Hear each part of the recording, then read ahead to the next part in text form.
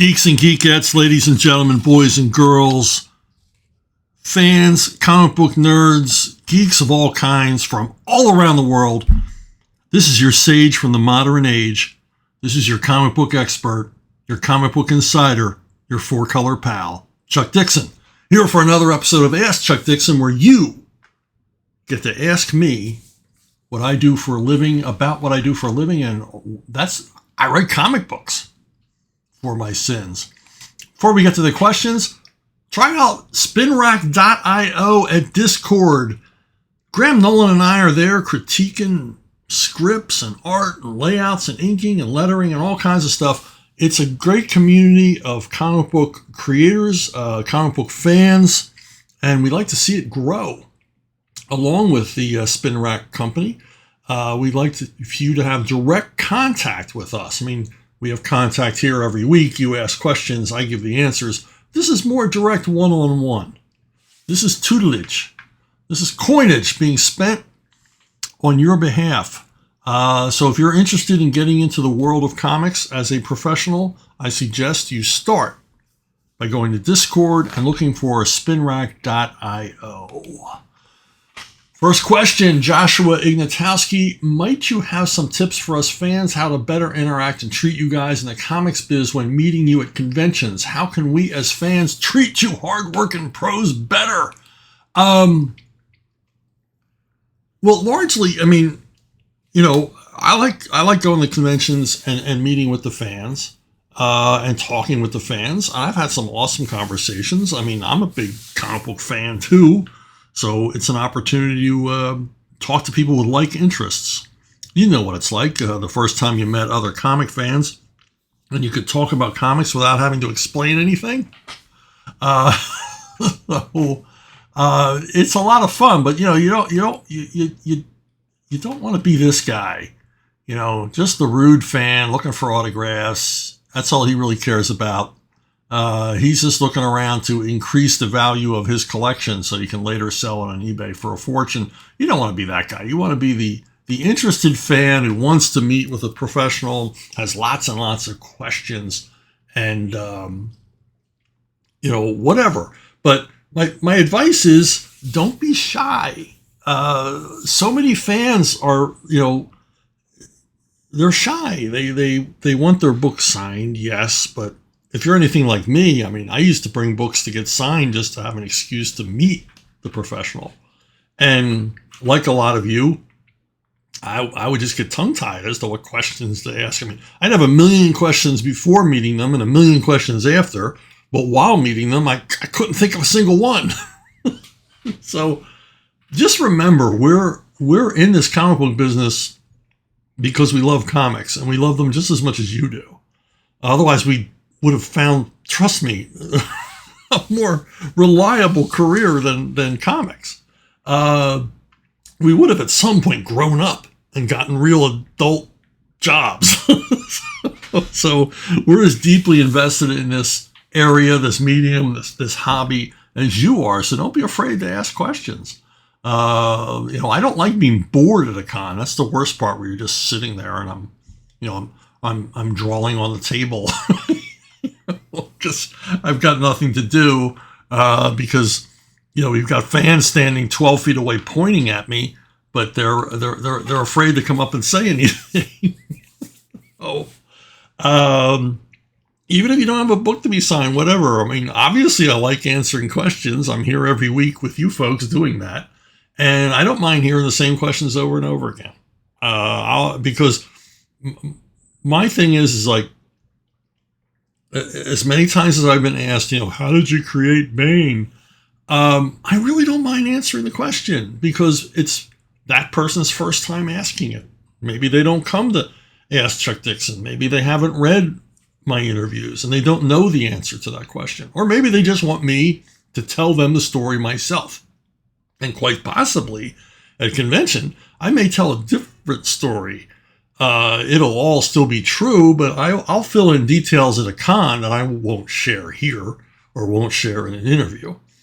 And because, convention appearance, it's like what happens in Vegas stays in Vegas. You know what I mean? I'll reveal stuff my inner thoughts and opinions a little more freely at a convention. Probably not such a great idea, but, because they can then be shared secondhand on the internet. But I've never had anybody rat me out. So, tell any stories out of school that I told at conventions. So there's a reason you should talk to pros at conventions. They will say things. Sometimes because they're hungover or tired, a little punchy on that third day, and they'll just start carping and bitching and complaining. And how much fun is that? So that's my big advice. Don't be shy. Step up. Talk. Yeah, you're going to get the occasional rude pro. There's a few, but very few. Most of us are in it because we love it, and we really do like talking to you. It's not an imposition. Hey, Ignatowski Twin Spin. Do you know of any comics showing what a kick-butt man's man George Washington truly was? I can only think of one. And that would be issue 29 of Two-Fisted Tales, one of the two EC War comics published in the 50s. They did a terrific story, Harvey Kurtzman writing, John Severin penciling, Will Elder inks, and it's simply called Washington with an exclamation point. And it shows Washington in action with frontline troops, and what a tenacious guy he was, just a never back down kind of guy. And they show him as a real dude. He's not wearing the wig. We get to see his red hair. We even get to see his bad complexion because he had survived smallpox. Kurtzman was really into the accurate warts and all portrayal of war, and he did a lot of military leaders, Napoleon, Julius Caesar, George Custer, guys like that. And he would do these like little mini bios or little vignettes with those characters in them.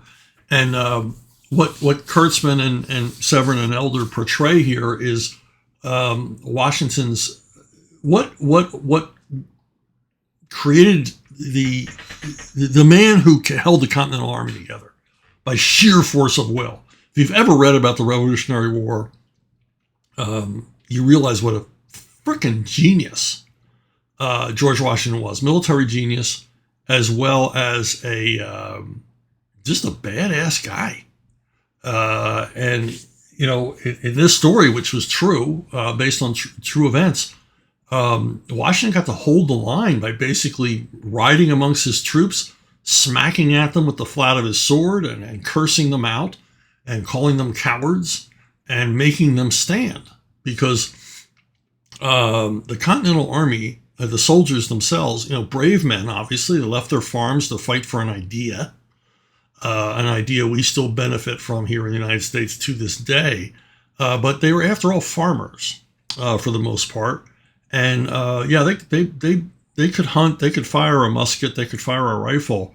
But when the bayonets got fixed on the British side, our army tended to fold. They tended to run away because they weren't soldiers. And the bayonet was the most feared weapon on the battlefield because that's, and it got to the point where to keep the Continental Army ranks filled, they made contracts with these soldiers, these volunteer soldiers, that they only had to fire 2 shots in anger and they could go back to the farm. Just stay with us for 2 shots. Hopefully take out 2 British soldiers. Then you can go back to the farm. And the fact that we're a country at all, that we ever freed ourselves from the British, is largely because of the efforts of George Washington. He really was a true American hero. He really, truly was the father of our country. He was there risking his own life for these ideas that we hold sacred today. So that's the only one I can think of. Somebody should do another more extensive comic book about Washington's career, because he really was an incredible guy. And we're very lucky that he was among the founding fathers. Or, we'd all be sipping tea at 2 PM here. Eating crumpets. Ignatowski Triple Spin. What would you say is the point in any comic book pro's career that one has typically had to reach before getting paid to come to conventions? I don't know. I've never been paid. I get offers. I get offers literally 4 or 5 times a week. Will you come to our convention? Will you come to our show? We'll pay all of your expenses. We'll pay your travel back and forth and your meals and your hotel. And that used to be really cool. When I was younger, that used to be enough. It's just not the allure that it had before. Yeah, I'm going to go, hang out at a hotel with my friends for the weekend. Yeah, it's still work. You know what I mean? But yeah, I've never been offered a convention appearance fee. I think you have to be in the lofty clique at the top. You got to be a Neil Gaiman or somebody like that. With a publicist and a manager and an agent and all, and all the rest of that to gather that kind of juice to ask for money to show up to a convention to promote yourself. Maybe the fact that I haven't done a convention and we're going on 4 years now. Maybe I'll start getting offers. Who knows? But I'll probably still turn them down because I'm busy. What can I say? I'm too busy doing work to promote my work. So there you have it. But yeah, what you got to do is you got to hire a PR guy and boost your image. Get your name out there amongst the cognoscenti. And I'm not amongst the cognoscenti. I'm down here with you folks. John Papa. Hey, John Papa. I haven't seen that name in a long time. Have you read any nonfiction books about piracy, especially any emphasizing what naval battles were like? I'm generally finding character bias, but not a lot of strategy. The first and best nonfiction book on pirates I ever read was The Buccaneers of America by John S. Schwemeling. He was taken captive, basically made a slave by pirates, and upon escaping, wrote a lot about their lives. What life was like aboard a ship and during battles and such like that. And the thing I took away from this book, I read it as a teenager, was how really boring being a pirate was. Because there was long periods of inactivity. They might raid a port or or take a ship and then hide. Go hide because the British Navy or the Spanish Navy would be looking for them. And Schwemeling was all along the Spanish Main, all through the Caribbean. And sometimes they would hide for 6 months to a year. They would find some remote island, put into port, anchor their ship or careen their ship, and just spend 6 months to a year on that island, which gave the pirates the name Buccaneers, because a lot of that time they would spend hunting deer and skinning them for their hides, just basically to pass the time. And that's where the word buccaneer comes from. Now, as far as the tactics and strategies, you don't read that much specifically about pirates. I think pirates had one strategy: just roll in and start shooting, get close enough to board. I mean, as we see in the movies. Blackbeard had a terrific strategy. If he was on a smaller ship, wanted to take a larger ship, once his men had boarded the larger ship, he set fire to his own ship, basically to say, "There's no going back. You take this ship or we'll all hang." And that gave his crews the motivation to take that other ship for their own. And that's why we remember Blackbeard to this day, because he was a successful pirate and incredibly ruthless. Two of the best books I've ever read, and they are really expensive now on eBay and Amazon, are the two Borders Away books. And they show basically boarding tactics, weapons, and such like that. What kind of weaponry and grappling hooks. I mean, very, very detailed with illustrations and all the rest of it. These were invaluable when Steve Epting and I were working on El Cazador. Now, as far as tactics, you can buy books on like naval tactics of the period. and they're not written for landlubbers. It's like I tried reading some of these things, and I'm like, I'm completely lost. I don't understand any of this terminology. I don't understand what they're talking about.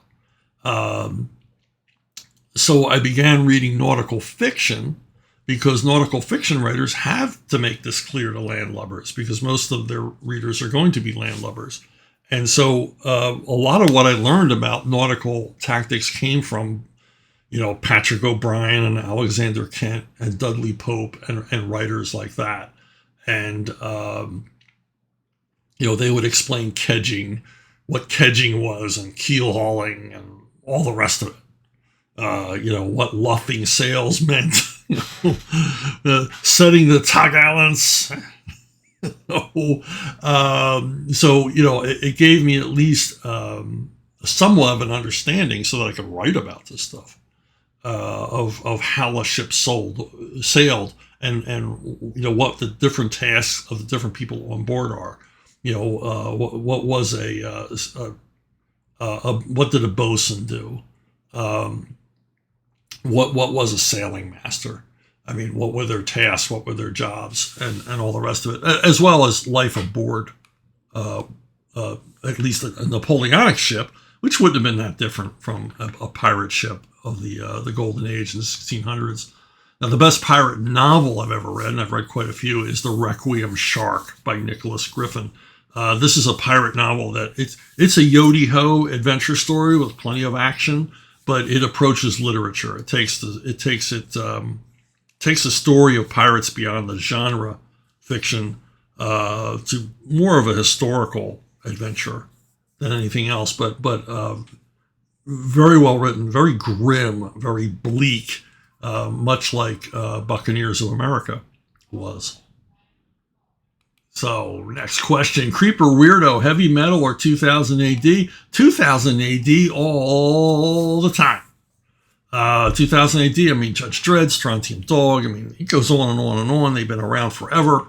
2 publications a week, or I think, maybe Judge Dredd magazine comes out once a month. I'm not sure of the frequency, but, 2000 AD's there every week.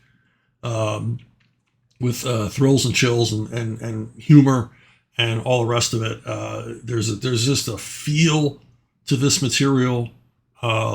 There's a gravitational pull to this material with its dark humor and mega action, and just 2000 AD's just got the energy. Heavy metal, on the other hand, I mean, it started out as I could have been more excited when heavy metal first appeared on the scene, because most of it was reprints of French material, a lot of which I'd already seen, but now translated into English from Metal Hurlant, the French version, the original version of this magazine, as well as Pilote and other things. So I got to see Mobius and Philippe Drouillet and Mézières and all of these cats that I'd become familiar with by buying foreign editions. But over time, heavy metal began to allow in contributors from the United States and other places, and generally just became a really pretentious rag. And a lot of times it wasn't consistent. The artwork wasn't always good. The stories were always like bleak and depressing and never compelling. There was never any humor. It wasn't a fun magazine to read. It wasn't like 2000 AD, which could also be bleak, but there was always that wry sense of humor to make it all palatable. Heavy metal just seemed to be the place where it seemed to turn into a magazine for first-year philosophy students. And I quickly lost interest as the quality of artwork and quality of stories deteriorated over time. And I flip through it every now and again if I see it at Barnes & Noble or someplace like that, and I really don't see anything that engages me. It all just seems very dreary. So 2000 AD, baby, all the time. Creeper Weirdo gets another one. What do you think of Terry Gilliam films? Gilliam's a guy I really admire. He's a fellow Philadelphian who somehow ended up in England working with the Python guys. And I've always liked the fact that he's an iconoclast. He likes to make films the way he wants to make films. He's a true independent. It's the reason why he's not more prolific. It's hard for him to get stuff greenlit because he's always got these ambitious projects that take a lot of money, and some of them fail. And but he's a terrific filmmaker, a super talented guy, and different. If you see a Gilliam film, it's not going to be like every other film. He doesn't do cookie cutter movies. The other thing I like about him is his deep, deep, deep suspicion of executives in the entertainment industry. When he was making Brazil, now when you make a movie, you form a separate production company. Every movie is made by a separate production company for a lot of legal and accounting reasons, Hollywood accounting. So when he made Brazil, he formed Poo Poo Productions. And its symbol was a medieval monk climbing a ladder with an arrow stuck in his butt. And when asked, why did you name your production company Poo Poo Productions? He said, because he liked the idea of a bunch of big studio execs sitting around a conference table saying, how's the Poo Poo Productions coming along? Have we heard anything new from Poo Poo Productions? So basically, it was just a prank created for the name. Now, I also like Gilliam as a performer as well as an animator. His role in, I'm laughing now, in Life with Brian never fails to crack me up as the mumbling, perverted dude running the torture chamber. He's in charge of crucifixions. And he's obviously got some kind of kink going on that we never quite understand, but we probably don't want to. He directed Monty Python and the Holy Grail. This movie was made on a shoestring budget, and Gilliam wisely leans into the shoestring budget. He lets the audience know within the first seconds of the opening that this is going to be a cheap production, as there's no horses. And he does a terrific job in this. He just sort of does this sort of documentary style filming of the Python guy searching for the Holy Grail. Brazil is,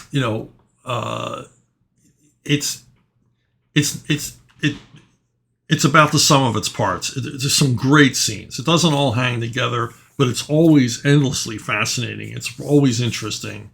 I'm not sure what point he's trying to make other than this is his Orwellian fantasy, his vision of what the world to come will look like, and suspicion of government, the idea that we're living in a world that we don't entirely understand, and understanding comes far too late, and it's an interesting film, worth reviewing.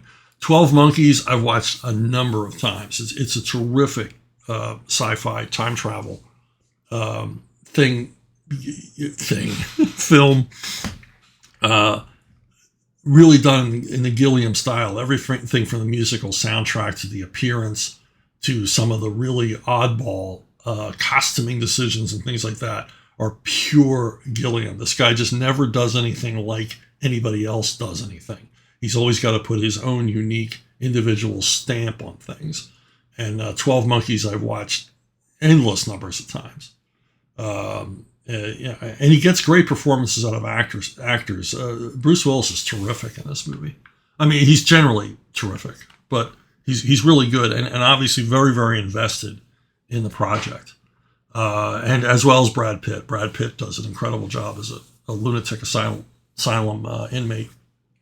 And I think this movie really added to, Pitt was basically the pretty boy actor, and I really think this movie elevated him beyond that. Pitt's a smart guy. He picks movies, as well as Willis is a smart guy. They pick movies that will enhance their career rather than just simply make them buckets load of more money. And Pitt really showed he had a lot of acting chops in this that I don't think most people were aware of at the time. But for me, Time Bandits will always be Terry Gilliam's masterpiece. Just a brilliant comedy. It's a bunch of skits mostly pulled together by a storyline that really comes together at the end.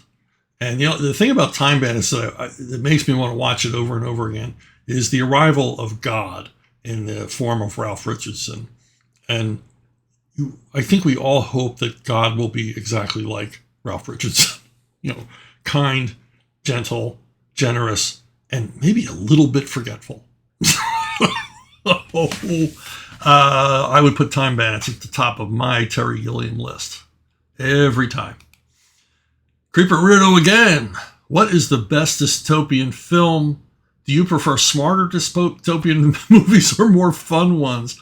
I like my dystopia neat. And one movie I come back to over and over again. I watched it and didn't realize how much of a hold it got on me. It's called The Rover. It stars Guy Pearce and Robert Pattinson. And the dystopia in the movie, it's set in Australia. Australians, man, they love end of the world movies. I mean, they make them constantly. I mean, from Road Warrior to others. So on the beach, it's never explained what the dystopia is. It seems to be just the general collapse of society. Basically, I think the dystopia we're all looking forward to. Well, not looking forward to, but the one that's in our future is just the general collapse of society where there's no rule of law, there's no rule of anything. It's every man for himself. And Guy Pearce is on some kind of mission across the desert, across the outback in Australia. He's mad about something. I won't reveal what he's mad about because that's kind of the surprise at the end of the film, and very effective surprise at the end of the film. But along the way, he runs into a bunch of deadbeats and lowlifes and weirdos and perverts. And one of them is Robert Pattinson, who's playing like a mentally challenged guy who holds the key to the people that Guy Pearce is looking for. Guy Pearce is always awesome. It's a tremendous performance, very low-key, very restrained performance on his part. But Pattinson is the heart and soul of the movie. He's playing a guy who's really dumb. I mean, he's virtually an idiot. But he has one of the most touching scenes I've ever seen in a dystopic movie. He really is the heart of the film.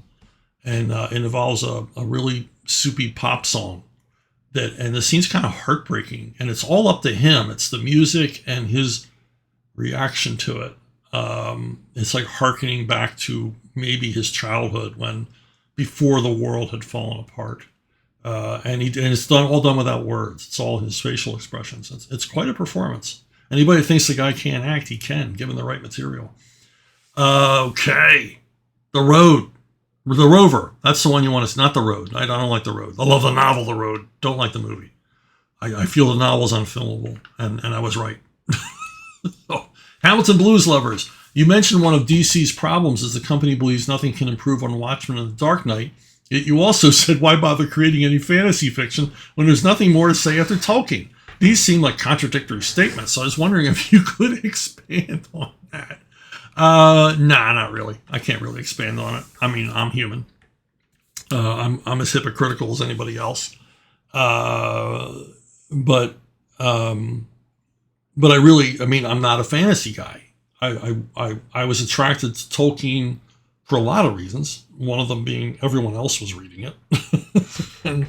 And it seemed like a action-packed tale of daring do, so I wanted to read it. And it seemed like one of those books that you have to read. You've got to read Lord of the Rings. You've got to read Moby Dick. You've got to, it's like if you want to be part of Western culture, you got to read these books. And it wasn't recommended by the public school to read, which made it even more attractive. Having read it, I thought this is the last word. This is the final word on epic medieval fantasy. But they keep writing more. Other people are inspired to write this stuff. I was never inspired to write any fantasy. I thought Tolkien said it all. There's really nothing. I can't top that. I can't do more than that. I can't better that. Now I write Conan because I think Conan's such an awesome character. He needs more stories told about him. And it's in such a formula. But Lord of the Rings, it's sort of like it's the whole story. It's the whole saga. That's it. Why do we need any more of that? So yeah, I am a bit of a hypocrite from that aspect. But it was still wrong for DC to hold up Watchmen and Dark Knight. to the same level as Lord of the Rings. Like, these are the last words on superheroes and the greatest comic books ever created, and you'll never create anything as good as this. Now, maybe someday somebody will write a fantasy epic better or as good as Tolkien, but I ain't holding my breath. Twin spin for Hamilton Blues Lover. I know they've made Die Hard comics in the past. If you ever got the chance, what kind of story would you tell? Die Hard Predator. I mean, come on. You knew that was coming. But no, I would just, I've never really thought about what kind of Die Hard story I would do, but, obviously you throw John McClane into the deep end, and it starts out it looks like a standard everyday crime. And of course it grows to something much larger that either threatens the United States, the world, something he loves, whatever. These Die Hard movies are, cop thrillers on a grand scale, on very much a comic book scale, where everything is larger than life and huge. And that's where I would go. On a side note, I did a comic. It's available now on Archaven, Arctoons. You can read it for free. The entire thing's up there for free at Arctoons. I'll provide a link. I did a comic called War Man back for Epic back in the day. And it was a creator-owned project by me and Juan Zanato. And for a brief time, an afternoon or so, it was considered for the plot line for Die Hard 4. This was years before Die Hard 4 was made. And it was going to star Bruce Willis, obviously, and Britney Spears playing his daughter instead of Mary Winstead. And it was War Man involves a jumbo jetliner that gets a bomb on board, brings it down in the Amazonian jungle. And the dozen or so survivors have to make it out of the jungle, stalked by the people who planted the bomb, who want to make sure they're all dead. It involved Colombian cocaine cartels and crocodiles and and Javaros and all kinds of crazy jungle action. And 20th Century Fox considered it for a short while, purchasing it to form the basis of the next Bruce Willis action film. But that all, went by the wayside, as so many things in Hollywood do. It came from the Twitterverse. I pulled this one off of Twitter. It's from the brothers Crin. Any chance of you doing a set of Cull or Solomon Kane pastiches? Yeah, I really like Solomon Kane, and I wrote quite a bit of King Cull before taking over the main feature on Savage Sword of Conan. I wrote dozens of Cull stories. So yeah, I like both characters a whole lot, but I don't think I'll be writing any further adventures for them. It's really all about Conan for me, as much as I really like those other characters. And I don't know if I really have a handle on Solomon Kane. And to write a Cull story, it's kind of like a Conan story just set earlier, so why not just make it a Conan story, in my mind. For the same question I ask myself whenever I see Clint Eastwood play a cop who's not Dirty Harry, I say, well, why didn't he just make this Dirty Harry movie? Why wasn't The Gauntlet a Dirty Harry movie? Why wasn't The Rookie a Dirty Harry movie? I mean, they're perfectly suited stories for Harry Callahan. Why didn't they do that? Wouldn't they have made more money doing that? And that's basically it. I mean, why think of a Cull story when basically it's a Conan story, and I can get more mileage out of it as a Conan story, quite frankly. Speaking of Conan, Siege of the Black Citadel. This isn't the end. I'm just plugging. Siege of the Black Citadel is out. Been out for a while. It's doing very well. People seem to like it. Books 2 and 3 are written. Book 2 should be announced very soon. It's called Caravan of the Damned. You can buy this on Amazon, or you can go direct to Archaven in the link provided below, and you'll get a free ebook along with the paperback. Hey, it's story time. I haven't done this in a while on Ask Chuck Dixon. A lot of times you don't know what to ask me. So there's things you don't know about to ask questions about. So I thought I'd share a little tale of back in my career at DC Comics. Now, a little background, DC Comics had offices all over Manhattan, not all at the same time, obviously, and they would move. It seemed like each time as a guy wanting to get into the business and as a pro, it seemed like every time I visited DC, they were in a different place. They moved the whole Megillah a few blocks east or north or west to some other building. And I first started going to them. They were at 575 Lexington Avenue. And then later on, they were in this building, which we called the Elaine Bennis building in the 90s, because this was the establishment shot on Seinfeld to show that Elaine Bennis was at work for Jay Peterman.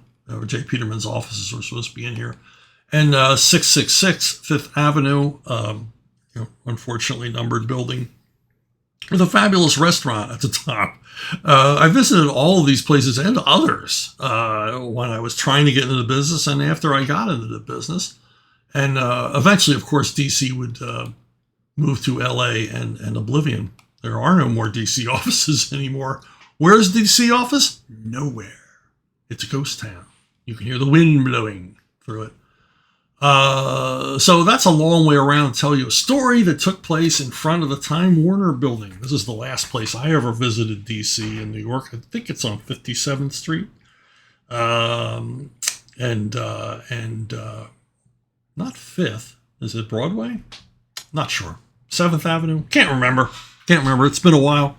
Anyway, I used to go up to DC at least once a month. I mean, this is even when I was doing 4 monthlies for them. I made it a point to visit at least once a month, show up on a Wednesday, and spend time with my editors, go out, they'd treat me to lunch, meet other freelancers, because other freelancers always showed up on Wednesday. It was a comic book tradition. Wednesday is freelancer day. And then hang out with editors, pitch ideas, talk about stuff coming up, just generally hang out and have a good time. Look at flat files full of original art. Usually left with a whole bunch of comp copies of trade paperbacks and things like that. And it was just a fun time.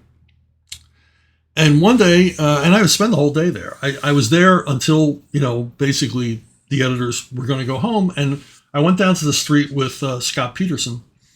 And we were standing out on the street because he had to go one way to his train and I had to go another way to my train. We were going to part ways. And we finished our conversation down on the street. And as we're finishing our conversation, this panhandler comes up. And he walks up to us like he knows us. And he says, "Hey, Kenny, hey, Kenny." So, you're in New York. You ignore these people. You don't make eye contact. You just pretend they're not there. So we continue our conversation. And all through our conversation, this guy's like, "Kenny, hey, Kenny." And so finally, we're done talking, ready to part ways. And we both turn to this guy and say, "Who are you talking to?" And the guy looks at me and says, "Ain't you Kenny Rogers?"